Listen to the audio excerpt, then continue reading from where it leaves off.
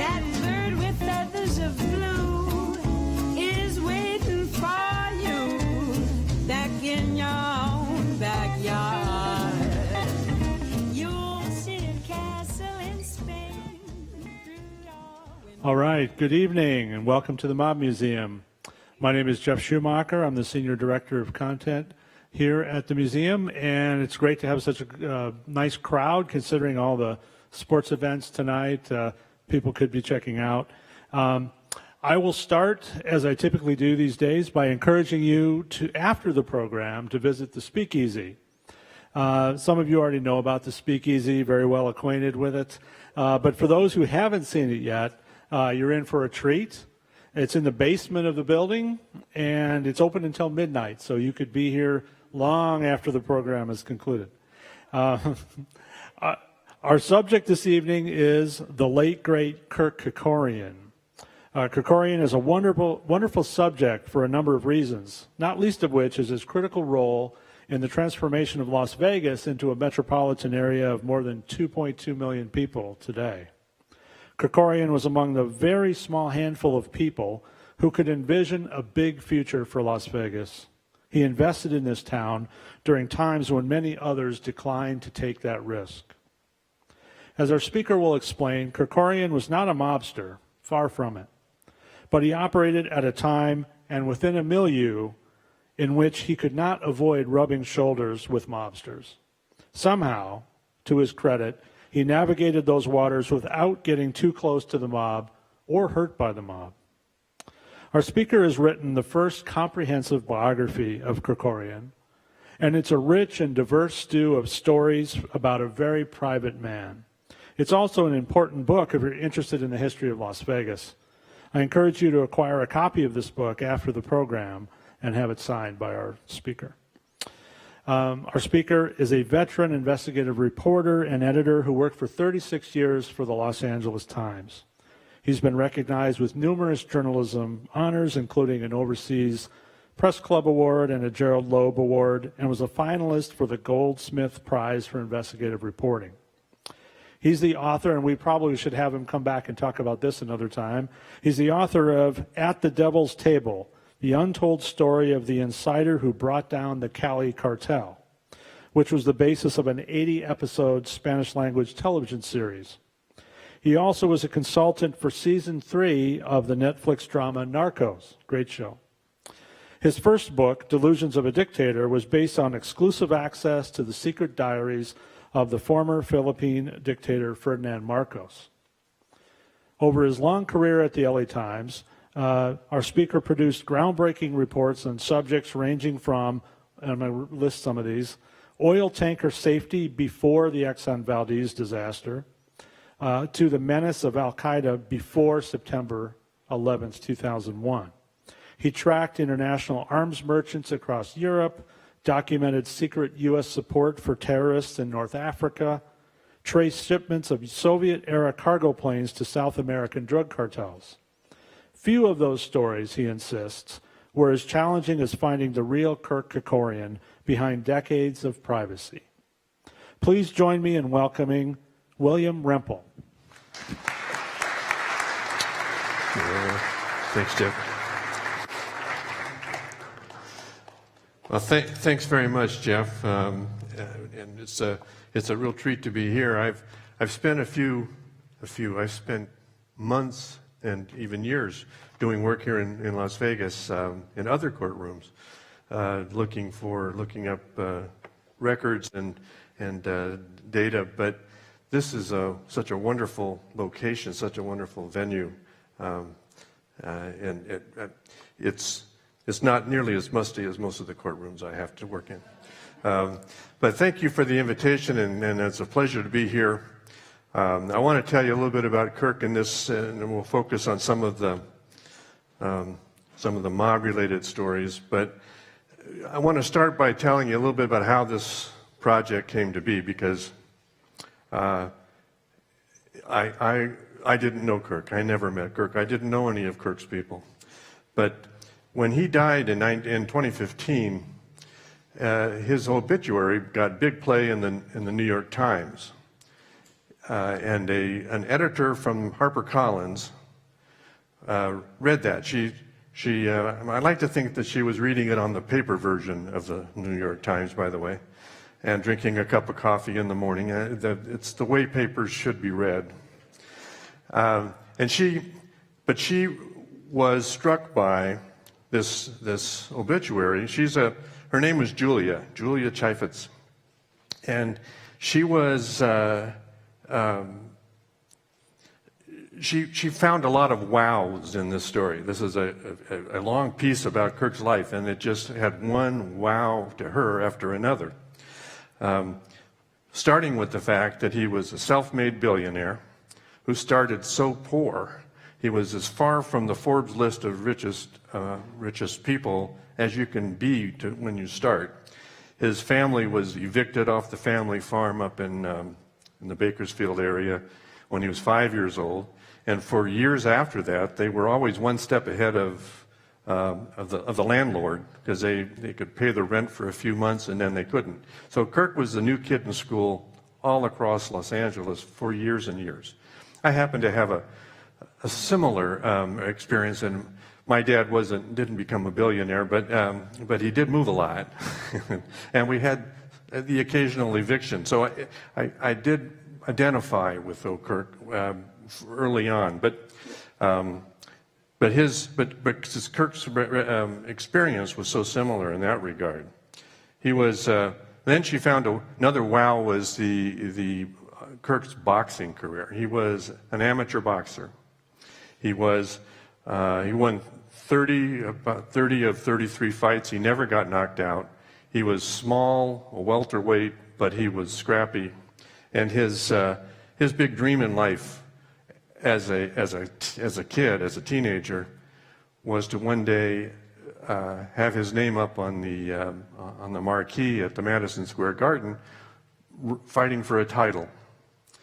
This is a kid at the time had never stepped foot out of California, but he was already dreaming big and dreaming about his future as a big pro fighter. Now, he was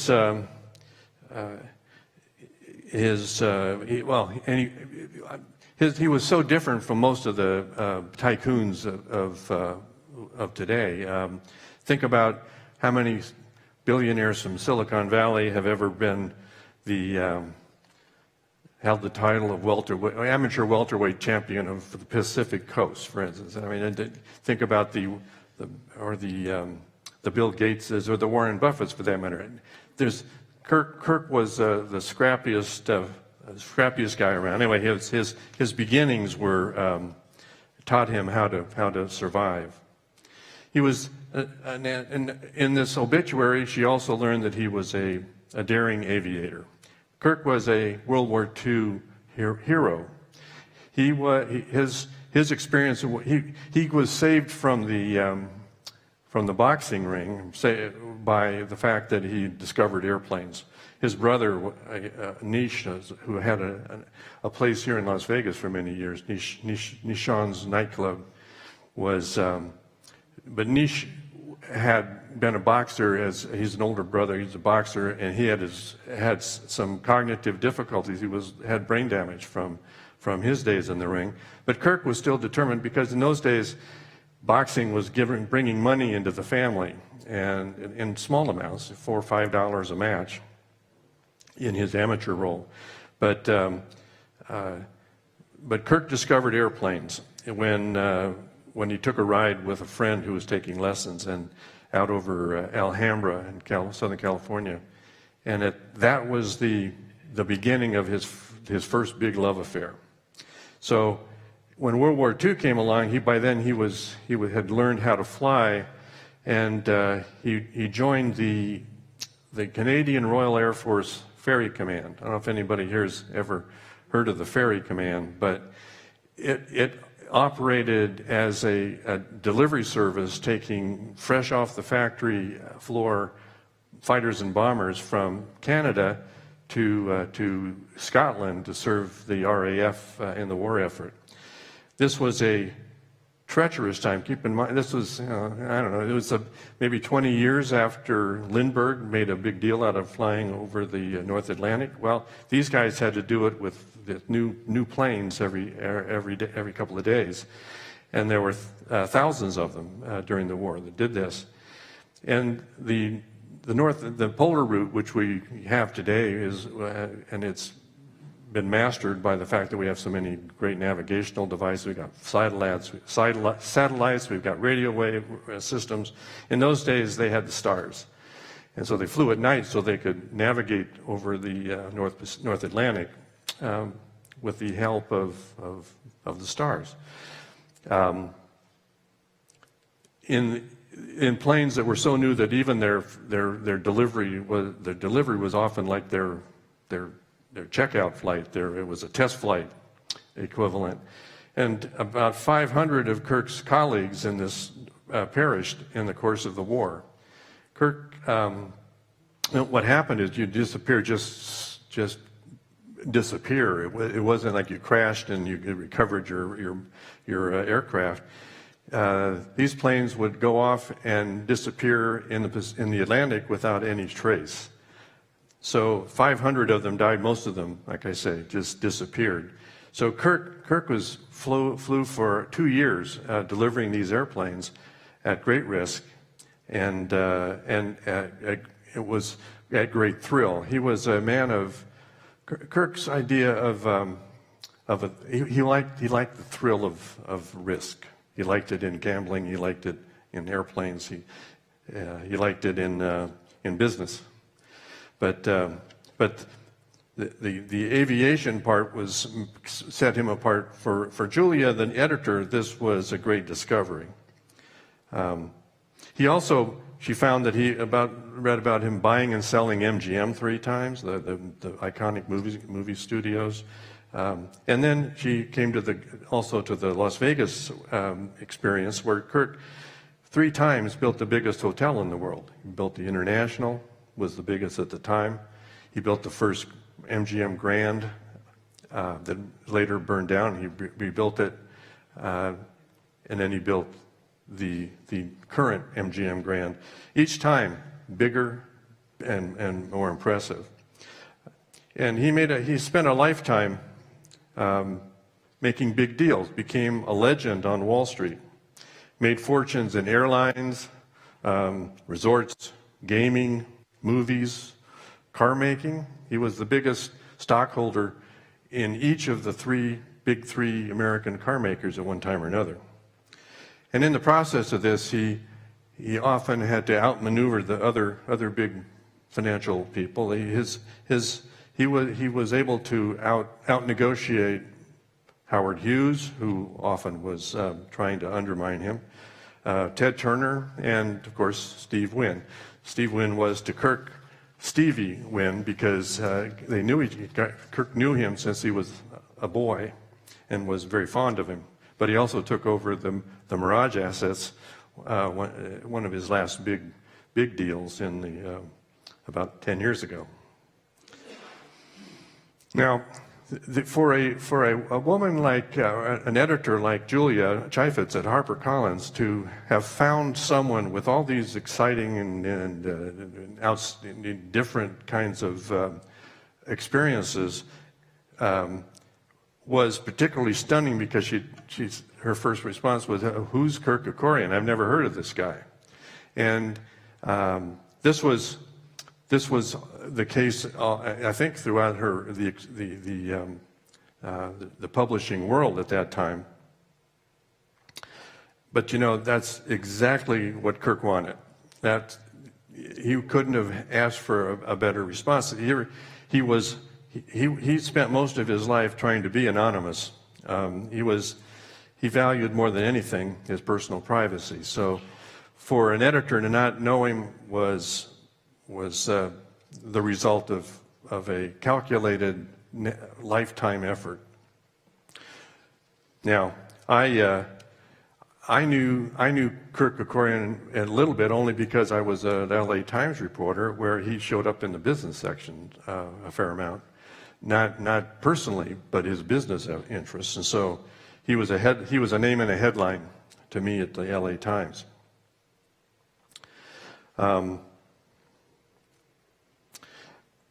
Now, there was more to Kirk than his lifetime efforts were his charity. And when he died, he had already given away more than $1 billion. Most of it, again, like his business operations, were done privately, and his life was being lived secretly. He was, I don't know how many of you were around to watch a show back in the 1950s called The Millionaire on TV. It was, the key gimmick to this story, the hook, was that the millionaire gave the cash to someone in with the caveat, you can never tell where this came from. You have to keep this a secret. And Kirk did that all the time. It wasn't $1 million necessarily, but he was generous in with personal things and with charities, and he would do lots of nice things, fly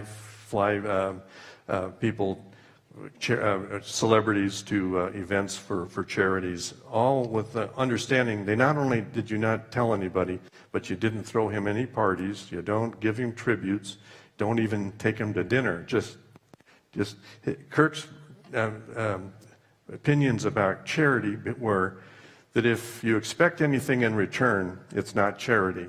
So therefore, if you get any kind of, just get credit for it, it's too much. He wanted to give for the simple reason that it was the right thing to do.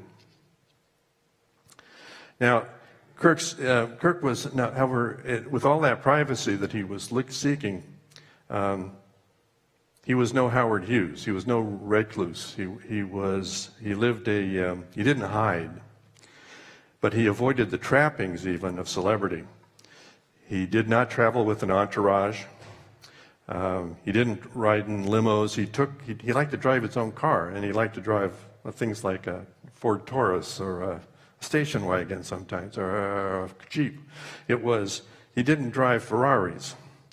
And at his, where he was the boss at hotels here in Las Vegas, for instance, he didn't like coming in the front door where it would become a big deal. Everybody would be opening doors and making a big deal out of it. He'd come in the back through the kitchen. There was one story I loved about at the MGM Grand. He came in one day, he came in the back way one day, came up to the registration desk to check in because he was, and by the way, when he checked in, he paid his own bill. He didn't comp it. He didn't get a freebie. He wanted, he insisted that his executives do the same thing. Some of them really groused about it.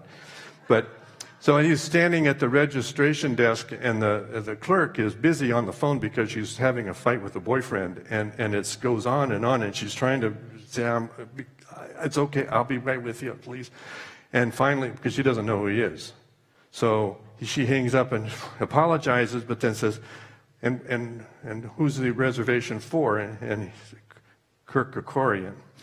Well, of course, she knew she worked for Kirk Kerkorian, and she thought, she probably thought she'd lost a boyfriend and a job, but she was so apologetic, and Kirk just said, "We all have our days," and that was the extent of her punishment.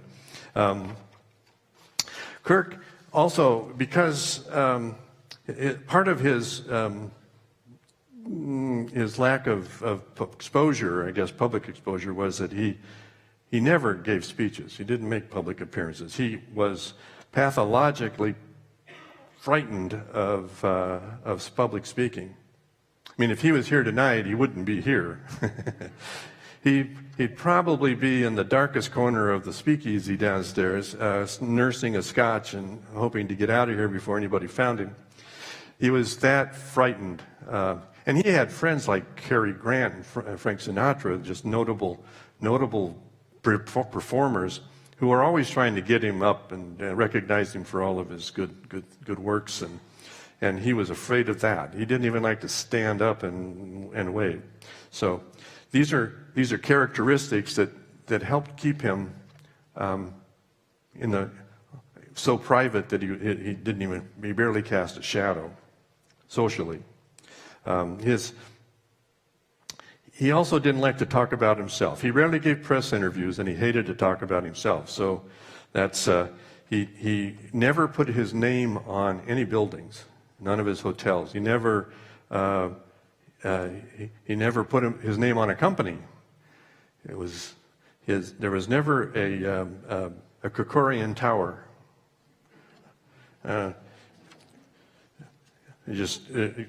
There are other casino billionaires who did it differently. Put it that way. And the other thing is, Kirk did not collect enemies. Enemies for reporters, they're handy. We find your enemies, we can find a lot about you. Kirk didn't have them. His business rivals almost always ended up his friends and became his social network. To him, business was business, and everything else was his life. But even his exes, and he had some, both married and otherwise, even his exes, most of them anyway, always remained his best friend all through their lives. Maybe in Q&A we can talk about one of them that didn't, but but I digress. Needless to say, for a reporter like me, trying to do a biography of Kirk, that public record was pretty thin, and therefore bad news. I mean, you couldn't go on Google and find very much about Kirk that wasn't already pretty much widely known and not that revealing. Plus, Kirk lived at 98. I mean, he outlived all his friends. He outlived all his family. So he was on his second generation or third and fourth generation of colleagues and friends. And so all these people that I would love to have interviewed, I'd have to go to the other side myself, anyway, which I don't do. But even worse, some of the associates of Kirk who had spent their careers protecting that privacy were inclined, I found, after I started this work, to want to protect that secrecy, protect that privacy all the way to the grave. And this could have been unfortunate because Kirk's legacy is so inspiring as a philanthropist, as a business genius, as a deal maker, as a visionary, that legacy to me was just too valuable to bury with him. So you tell a reporter he can't get something, it sometimes works against you. Just a warning if you're trying to be secret, but it worked against the those who wanted to bury Kirk's story. I don't have a copy of the book here, but I can get. We filled a few pages, and we did because a lot of people agreed with me that Kirk's story should be told, and we have some of them here tonight. Ron Falahi was a great source for the book and a longtime friend and associate of Kirk. And if you get a chance to chat with him, he's a Kerkorian encyclopedia. And there were others, where people who, in every case, there were people who really cared about Kirk.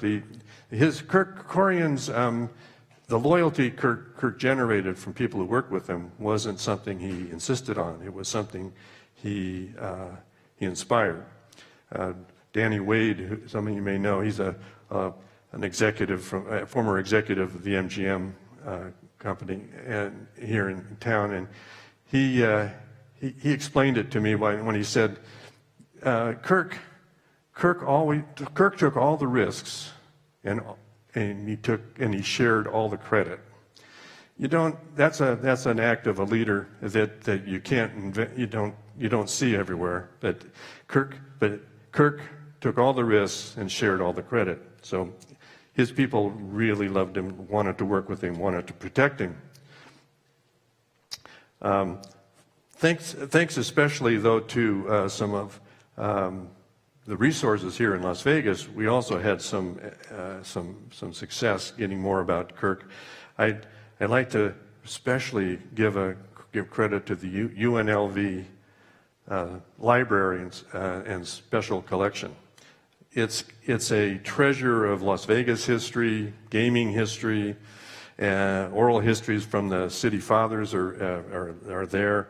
And this is where we found the closest thing to an interview with Kirk himself, a 90-minute oral history where Kirk, in his beautiful baritone voice, is describing some of the highlights of his life. And they were, for this writer, the ultimate golden nugget. But Kirk, but anyway, I'm jumping around here a little bit. But Kirk, I'm going to take you back to where Kirk began with Las Vegas. He discovered the city back in the late 40s, after the war, after he came back from the RAF Ferry Command. He started a little charter air service, a sort of flying Uber line of the 1940s, and specialized in bringing people from LA to Las Vegas. And that, of course, brought him to Las Vegas, and he was in love immediately. He just loved the excitement of this then very small town. And just to demonstrate how small the world was in those days, one of Kirk's regular customers on the air charter was Benjamin Bugsy Siegel. At this point, Bugsy had just spent $5 million of the mob's money to build the Flamingo. Well, on the other hand, one of Bugsy's regular customers at the Flamingo was Kirk Kerkorian, who'd come over, fly in, bring his passengers, and head to the Flamingo himself.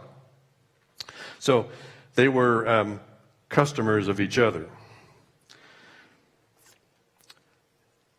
And Bugsy, even for a while, was negotiating to buy one of Kirk's planes. They would come out, and Kirk would give them tours of a used plane that he had for sale. For Kirk, everything was always for sale. He loved selling and buying and selling planes. But it was Kirk who flew Bugsy on his last trip to Las Vegas. It was a night flight over and back in about 2 hours. And the next night, Bugsy was gunned down in his girlfriend's house in Beverly Hills. It was just an irony of history, but Kirk was there for Bugsy's last flight. In later years, guys with mob ties turned out to be Kirk's neighbors and members of the country club, his friends, and his bookies. The mobsters were never his partners, not even back then. Eventually, he didn't need them because he didn't need their money. He hated the skim. That was taking money out of his profits, and he wanted absolute control of his companies. He didn't want anybody from Chicago telling him how or who to run his casinos. So. But this being Las Vegas in the 40s, 50s, 60s, Kirk was always mob adjacent, and the mob sometimes did complicate Kirk's life anyway.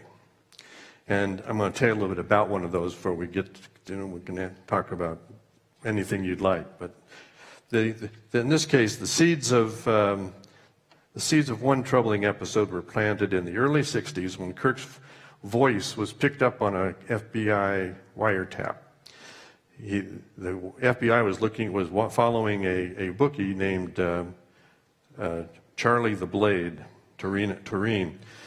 Kirk knew him only as Charlie White, which was, but Charlie the Blade was an East Coast gangster, but he was a bookie that handled Kirk's big bets. He only did big bets on sports betting being illegal everywhere in those days. Kirk on this phone call, Kirk was talking to Charlie about a $21,000 gambling debt he owed. It was just an exchange, not a fight about it. It was an exchange about how to get the $21,000 to Charlie. And the two of them agreed that they probably didn't want to have Charlie the Blade on the payee line of a personal check. And so Kirk made out the check to a mutual friend, the actor George Raft. And the transaction was just a little nothing until about 8 or 9 years later. And I'll stop there and we'll come back to that in a few minutes. But just remember this little transaction that the FBI was listening in on for a $21,000 bet.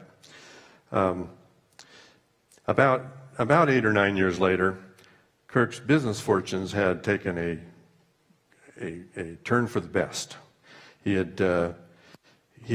sold that charter air company to a big banking service, the Transamerica Company, and was now worth somewhere between $150 and $200 million. I mean, it wasn't just rich, it was wealthy. And Kirk at this point is about 50 years old. I mean, up until this, he had been nursing this little plane company along, the airline, and it took him till he was 50 to actually convert it into a fortune, overnight success. At but now Kirk being Kirk, meaning Kirk being a gambler, making all this money just gave him a chance to make even bigger bets. And his philosophy was, you only make big bets. If you're going to gamble, gamble big. So in this case, he made 3 big bets, 3 massive bets. He took that money and the financing power that it gave him, and he went after Western Airlines, going to buy ownership control of Western Airlines. At those days, it was a regional, underperforming company. He bought MGM, the iconic film studio, but in those days, it was plummeting toward bankruptcy. It was in terrible shape. And he announced that he was going to build the biggest hotel in the world, the International, right here in River City. But it was not on the Strip. It wasn't something that this was a controversial choice. He was going to build it way out there on Paradise Road. Each of these 3 big bets, these 3 massive investments, tens of millions of dollars each, were individually risky. Taken as a group, and then they were all happening sort of overlapping. It was simultaneous. These were, as a group, this was an absolutely historic business transactions. The risk was enormous. Just what a gambler loves. I mean, Kirk was subscribed to Nick the Greek's philosophy about gambling and life. It was the biggest thrill in life is winning a big bet, and the second biggest thrill in life was losing a big bet. So the thrill of the risk made him something of a risk junkie, according to some of his friends.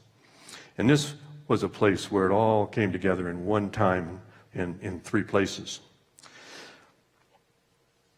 The key part of Kirk's plan for the International Hotel, the biggest hotel in the world, was that he was borrowing money at high interest rates to build it. He didn't have enough money to finish it, so he was going to do a public offering. He's going to take his new international leisure company public rather.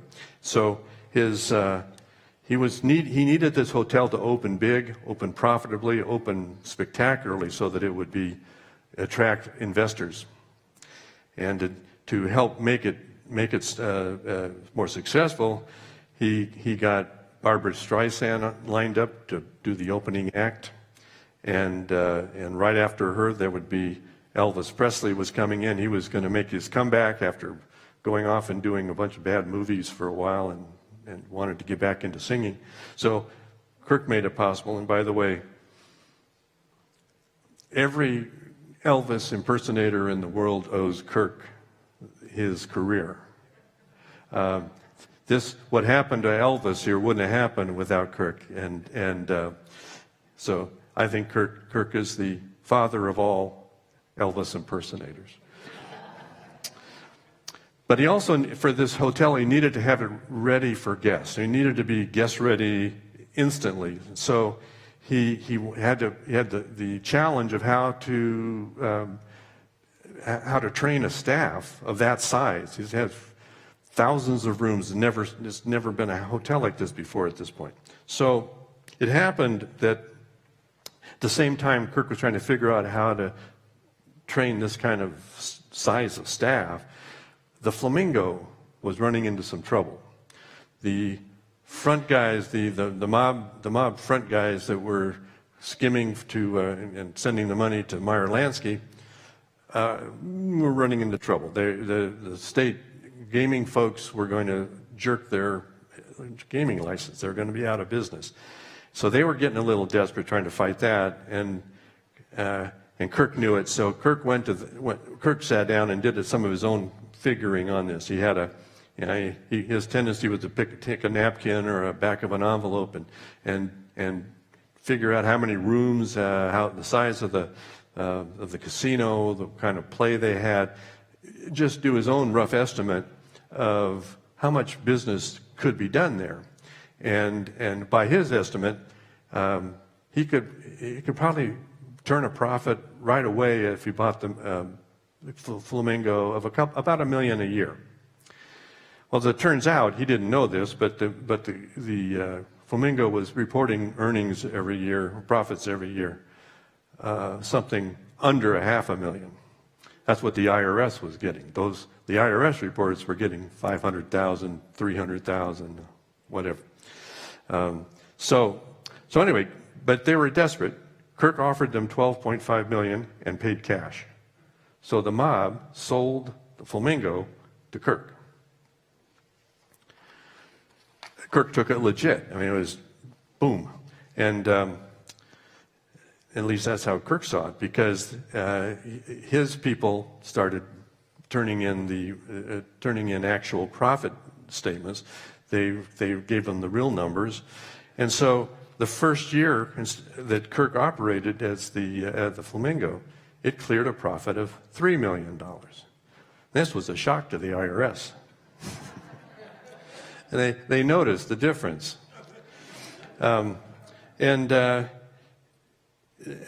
so Kirk was reporting 6 to 10 times the profit of the mob.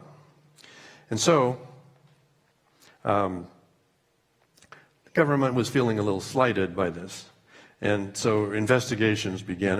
Investigations into Meyer Lansky were constantly running anyway. So these all kind of folded together. Well, in the summer of 1969, the International opened, and the International and the Flamingo were put together as the assets of Kirk's international leisure, his new leisure industry. And it turned out that summer that it was everything Kirk hoped it would be. The staff was ready because they trained in the Flamingo. The headliners, Barbara and Elvis, broke every record for crowds that had ever been before. And the stock value of international leisure for the two hotels just soared. And so, boom, Kirk thinks this is going to work really well, except that's just when things started breaking bad. The SEC didn't immediately approve the stock offering that Kirk needed to have approval for, so because they were looking into anomalies, so to speak. And the FBI was investigating Meyer Lansky again. So an organized crime task force reps came to Kirk, wanted the financials, not his financials, but the old financials, And Kirk said, I don't have them. And the Department of Justice, well, they didn't believe Kirk. And who spends $12.5 million cash without looking at the books? They weren't buying this. I mean, what kind of due diligence is that? So things got worse. And now we're going to remind you again of that little conversation on the phone with Charlie the Blade and the $21,000 that Kirk owed him for a gambling loss. All of a sudden, that incident showed up on the front page of the New York Post, and then it bounced around into the New York Times and the LA Times and the Wall Street Journal, all of it to Kirk's enormous embarrassment. It was just a gambling debt. It didn't reflect anything about Kirk's involvement with the mob in a partnership sense, but it was very bad timing. So in this context, in this state of embarrassment, to Kirk, the SEC finds that Kirk needs to make another effort to get the financials out of the mob. So Kirk flew off to Miami to make a very polite request to the old mobbed-up owners to see if they could give him a little something, and it did not go well. He came back. He said, "They looked at me like, where do you want your bullet?" And so that was it. He didn't get it.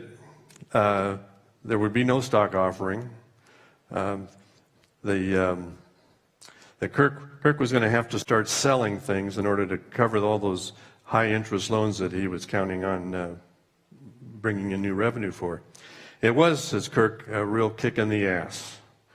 And now he was starting to sell. But the problem now was, since the stock soared, a recession rode into town. And so Kirk was selling into a big national recession.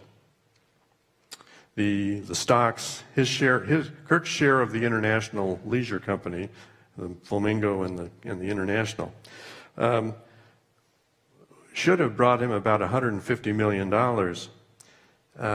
but under the recession's influence, the depressed stock market, he was only able to pull in $18 million.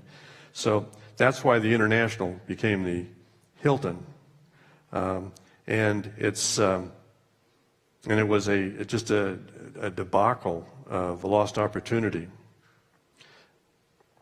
All because he bought the Flamingo from the mob. So it did remind Kirk that, or taught him that it's always bad news when your name shows up in a headline with the mob. I'm sure that's still the case today, actually.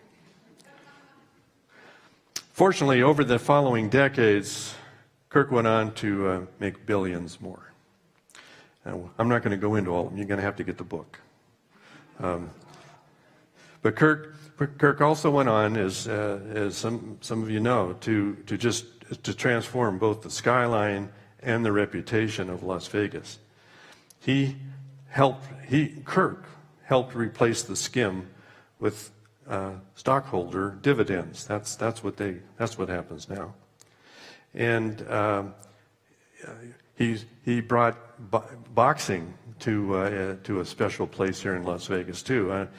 The old Rifle Wright realized something close to one of his dreams when he built the Grand Garden at the MGM, so that he didn't get to fight in the Madison Square Garden, but he got to bring all these great fighters of the modern era to him in his garden.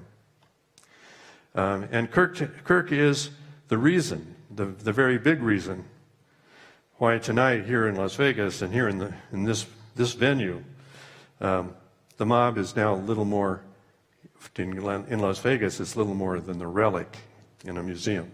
So this is the legacy of Kirk. Now, I have some pictures we have some Q&A, and I'd love to tell more stories, but let's see what you want to hear about. So you want to go through some of these pictures and comment on them? Yeah, let me, if I... Go ahead and click through them. Okay, let me see if I know how to do this. Oh, hold on. Yeah, so This way. There we go. This is young Kirk, the pilot, and before he went off to the war. But this is also the cover of The Gambler. Kirk and his mom. He was the youngest of 4 kids. He had 2 brothers and a sister. His sister Rose, I don't know if we'll see her, but we'll see if she. But he was a kid who didn't learn English until he got to Los Angeles after the family was forced out of the ranch in Bakersfield area, in a town called Weed Patch. But this is when he had a job when he was before he discovered flying. He had a job that worked with his need to be physically fit. He was installing 250-pound furnaces in all through Southern California in the company, and so his weightlifting was happening as part of the job. And before this he'd spent 6 months in the CCC, the Civilian Conservation Corps up in the Sierras, where he and his buddy lied about being 18 years old when they were only 17, and got up there and was able to make $1 a day, which was the first time that had ever happened for him.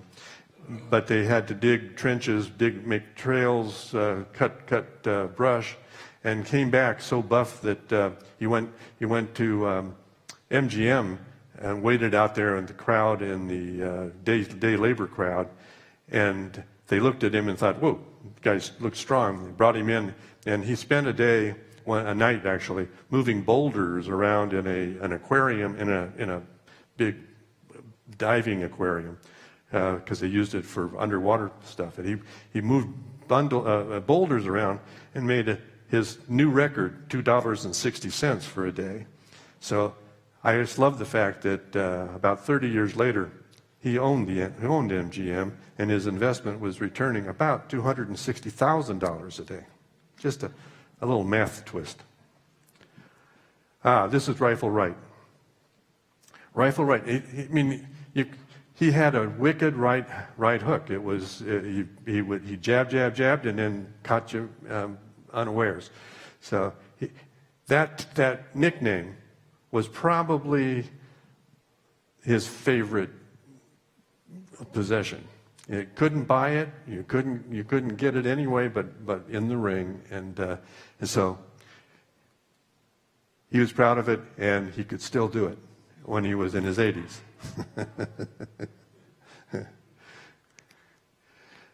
Teenager, he was very stylish, very style conscious. He wore clothes that even without, even as poor as they were, he carried it off. I think that was his first mustache, maybe his last.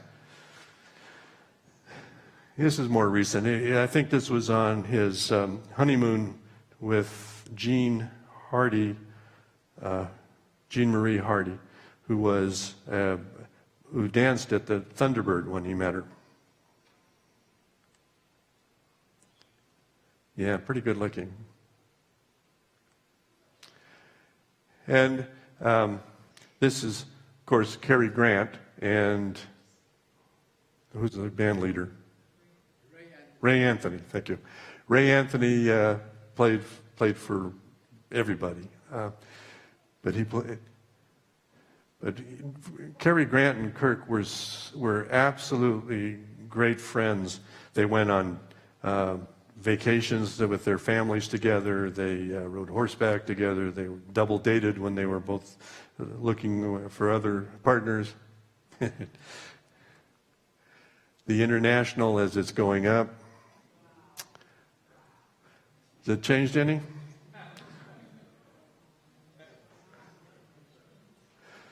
And Kirk ended up living in the country club there, along with his sister Rose, and you can see very young country club, golf course.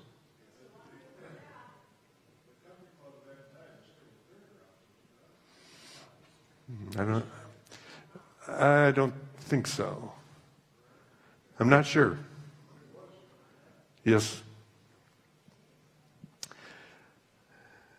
So once it was up and running, yeah, Kirk didn't mind being photographed with beautiful women. He just didn't want to have to make a speech.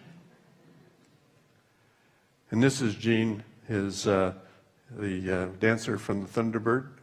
They were married for nearly 30 years. Ted got into financial trouble when he bought MGM from Kirk the first time, and Kirk he liked Ted so much he wouldn't let him fail. Ted thought that that CNN was going to have to become KNN because he owed Kirk so much money, but Kirk reworked it, and they were great friends. Kirk and his sister Rose. Sister Rose lived to 102, and it really ran in the family, this longevity. But Kirk actually was financial partner with her back in the early days of when he started his first charter airline. Rose put up $5,000, Kirk borrowed some money, and they went into business together. She provided the bookkeeping. Anyway, she was also a critic of Kirk. When he didn't marry nice Armenian girls, she was critical. One of Kirk's best friends the earliest friends that he had in Las Vegas was Mike Agassi, Andre's dad. They met when Mike worked in one of the restaurants in one of the hotels, and they were both Armenian. Agassi was I think he was from Iran. He was a boxer, so they just had so much in common. They bonded quickly, and Kirk I don't know if anybody knows it, but Andre is Andre Kirk Agassi, and that was no accident. That's Mike. On the left, Andre. And Una was a longtime friend of Kirk's, and when he died, she was his wife. She's the widow. And my friend Ron is here today. He's the small guy on the left there, yeah, compared to the big guy on the right. But Mike Tyson, if those who don't know. This is Kirk and his airplane. Kirk loved his airplanes, and he did sell them from time to time. This one was his last. It's a 737. He just didn't like his picture taken.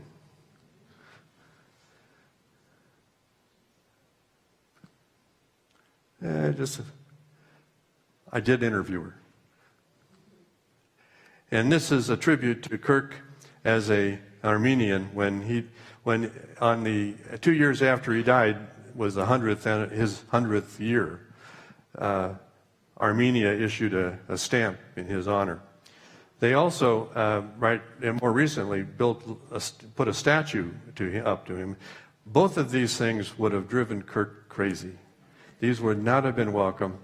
He would have hated it. But he's gone, and so the rest of us can enjoy Kirk's legacy and see his face and his image in bronze. If you hop over to Armenia real quick. But anyway, it's that's my story, and I'm happy to answer your questions if you got some more questions. Thank you.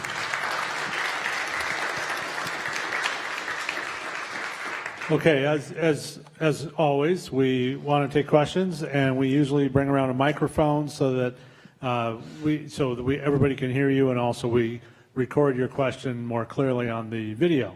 So if you have a question, please raise your hand, and we'll come around and take your question. Here's a question in the second row here.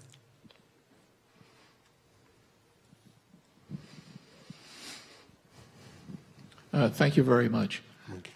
What did he do charitable work in Las Vegas? Did he give to charities? He did. He gave a lot of gifts to UNLV. He sometimes there's one I learned about early on. When there was a Goodwill store here that burned down. He gave the money to build it back. You never heard about it because it wasn't advertised. But most of what he did in the old days, in the old days, I mean by that, up until he was in his 70s, he gave lots of gifts that we don't know about.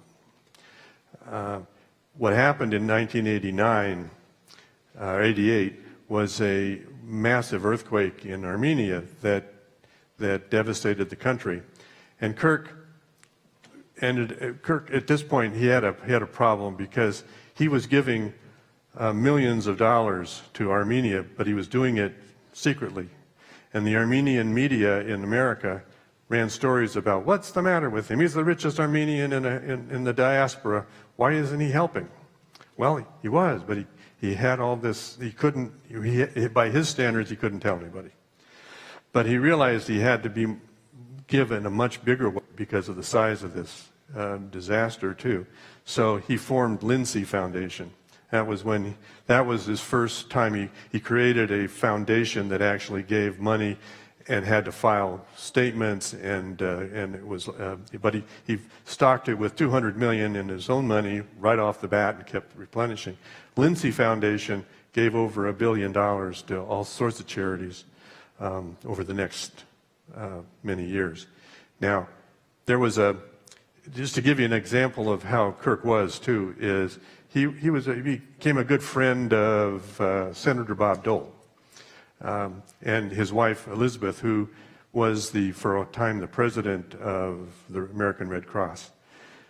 And the American Red Cross, and so there was in Rwanda, Rwanda genocide. Red Cross was going to be helpful with that, and so Elizabeth Dole called Kirk directly and said, "Can you help?" And he said, "Absolutely. What do you need?" She said, $2 million. He said, "You got it."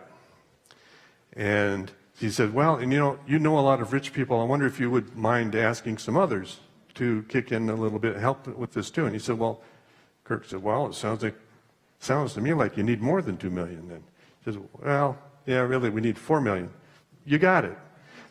He was not. The last thing he would have ever done is ask someone else to give if he could do it, and he didn't want any benefits from this. He didn't even want to be thanked. He didn't want a tribute at dinner, nothing. So that's why some of the generosity that he has lavished on Las Vegas and the Armenians and other causes. Well, I won't know it unless we get some access to the corporate files. But he was incredibly generous. We have a question in the back. It just happens that some of us here tonight are from Bakersfield. And I want to know how his family ended up in Bakersfield and what they were doing for a living. Well, let me start with Kirk was born in Fresno, but the family had come from Armenia, and his dad and mom were both from Armenia, and they settled in the Fresno area. He started buying up the dad, who was an entrepreneur, born entrepreneur. He was illiterate, couldn't sign his name, couldn't read a thing, but he was great with numbers, and he saw opportunity. And he cornered the Thompson grape market in greater, Selma, Parlier, that area. But he bought a lot of the Thompson grapes because they were good for raisins, and so he was a raisin baron. But all the vineyards that he was buying, he had leveraged with mortgages and crop loans, and at one point he had $1 million worth of properties, gross, but all offset by loans. So when a little recession hit him in the early 20s, all of that got picked apart. Eventually, he had one ranch left, and it was down in an area near Weed Patch. You know where that is? Yeah. No one else does. But he had a ranch, and at the ranch he was growing watermelon, and he had, and the water that came up in his well every day had oil in it. It was petroleum smell. He couldn't even drink it until he pumped up a couple of gallons and got to the fresh water. And so he was convinced he was going to make a fortune on oil. But he couldn't get anybody to believe him. The Chevron people came and looked and said, yeah. And he was suspicious of this. But anyway, all this is to set up that old Aaron, A-H-R-O-N was how he spelled his name. He was known more as actually as Pancho Villa because he had a big mustache and a fierce expression. But he came to the point where he couldn't support his ranch because he had too many creditors. So to say that he was, how did he make a living? He didn't. he just went he had a crash dive that took about 5 years. And Kirk was, when Kirk was 4 years old, living on the ranch there outside of Weed Patch, the creditors were getting so demanding, and their outlook was so bleak for the family that that the old man tried a little bank fraud and put Kirk's name on the deed as if he was some stranger somewhere, and to see if he could buy himself some time. And all it did is get him indicted for fraud, and Kirk was listed on the indictment. So it's before they knew he was a 4-year-old.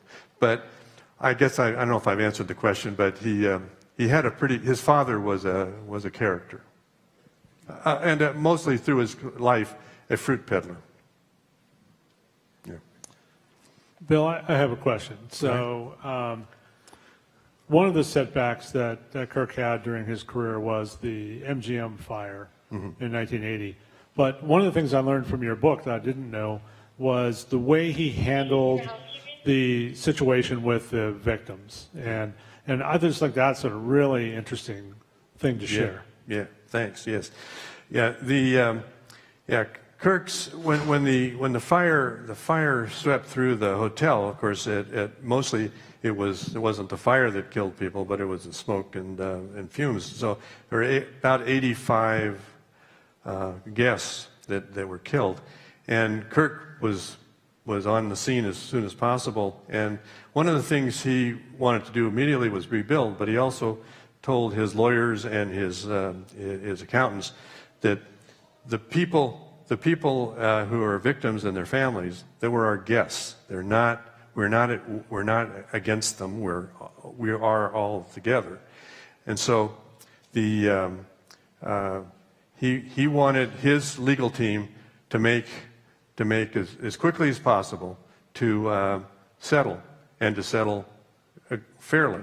Now, the thing is, he also had taken out some insurance policies. One of them was a policy, what do they call it, an ex post facto. It was I forgot the term here at times, but he took out a policy that even after an event, you can get an insurance policy, and the insurance company is betting that it's going to take a long time to do the negotiations, and not only a long time, but during that time you'll squeeze the people down, and you'll have to pay less.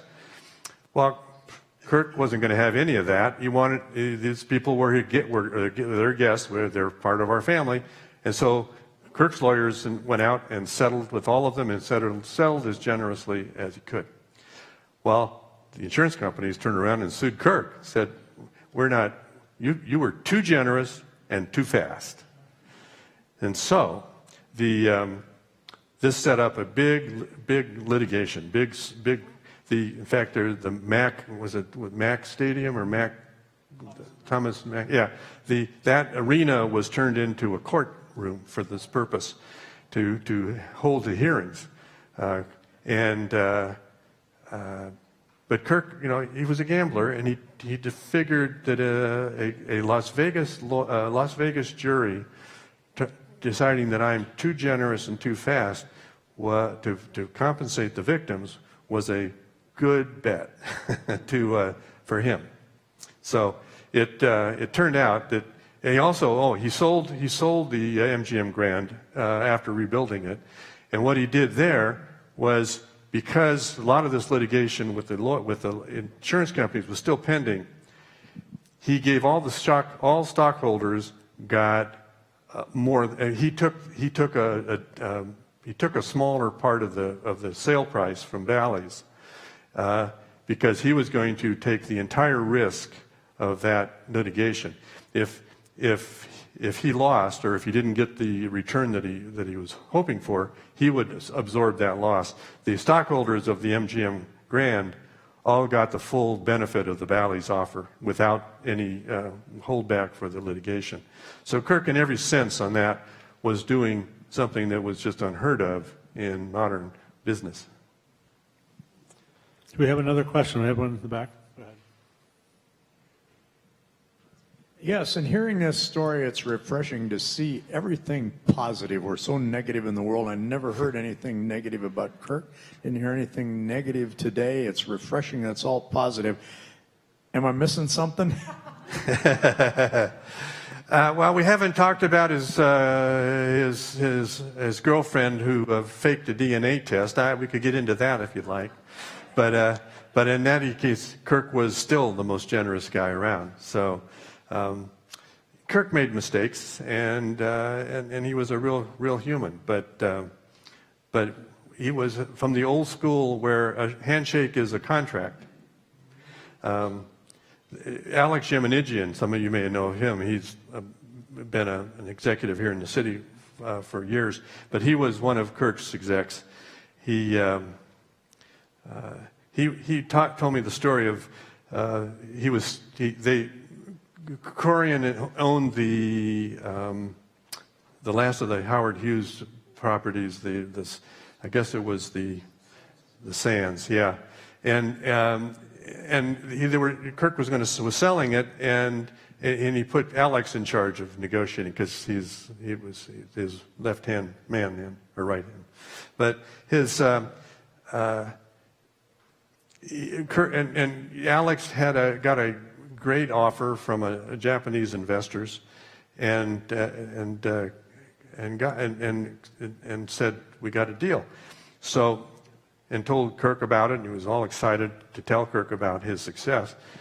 And the next day, some other outfit came in out of nowhere and offered a better deal, by a lot better deal, something on the order of twice as much. And so Alex, now becoming chagrined at the deal he didn't make, called Kirk and said, well, what do you want to do? I just got this much better offer.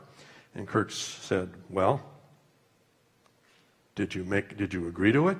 He said, well, I guess I did. Then why are you calling me? And hung up on him. So it was, for Kirk, money wasn't the issue. The thrill was the issue. And if he was getting a thrill out of a deal, it didn't matter what he got now, 10 million or 100 million. I hope that answered it. Yeah. Any other? We're going to take one last question if you have one. We have in the row here. Can you tell us about the fake DNA test? The what? The fake DNA test. Yeah. Well, Kirk, like a lot of guys, had a weakness for romance, I would say, and he also had a weakness for people who played tennis. And this particular young lady was an incredible tennis player, very pretty, and smart and sassy, and she wanted to marry him. And he wasn't going to go that far, but they were friends for quite a few years. And she decided that she wanted to really put pressure on him. Anyway, she got pregnant, and she told Kirk it was his baby. Now, Kirk at this time was 84. 83, 84. So. And Kirk was really happy to hear this because because he only had fathered one child, and he was disappointed. He wanted to have a big family. So this wasn't bad news. It was just surprise. Yeah, news. So Kirk said that he was skeptical a little bit, but he wasn't going to turn it down. I mean, he said he'd take care of her. But he still didn't want to marry her. But she kept pressing and pressing and pressing, and that the child can't grow up being without a name. He wants her to be a Kerkorian. And Kirk was weighing this when she said, I'm going I guess one of the things that happened is that some of his friends were telling him, no, that's not yours. His sister Rose, by the way, said, hey, that doesn't look like an Armenian baby. Yeah, boy, do I wish I could have talked to Rose. But what happened, so there was some question about whether this was true. And so Lisa Bonder was her name. Lisa decided she was going to assert him, I'm going to get proof for you, just to put your mind at ease. But what she did, unbeknownst to Kirk, is she went out on an outing to a restaurant with Kirk's only biological daughter, only biological child, and convinced her to take a saliva swab for her son from a previous marriage who was doing supposedly a science project. And she did it. So the daughter, who was then in her 20s, I think, almost as old as Lisa, so she did a DNA test, and it came back positive, of course. It's just that it was fraudulent. And it set off a lot of litigation. Kirk, in the end, promised to take care, even took parentage in the court, official parentage, and promised to take care of her, raise her, cover all of her expenses, send her to school, and leave a trust fund for her when he passed, which he did, even though she's not Kirk's daughter. And that's actually the Reader's Digest version of that story. Yeah. So if you read the book, there's a lot more intrigue involved there. So we're going to, before we wrap up completely, I want to say a couple things. First of all, the ideal situation is we will retire from here to the retail store where Bill will be signing books. After which, where are we going after that? The Speakeasy, which is, I believe everybody has your wooden nickel. That's worth 20% off a drink down in the Speakeasy, so keep that in mind. With that, please join me in thanking Bill Rempel. Thank you.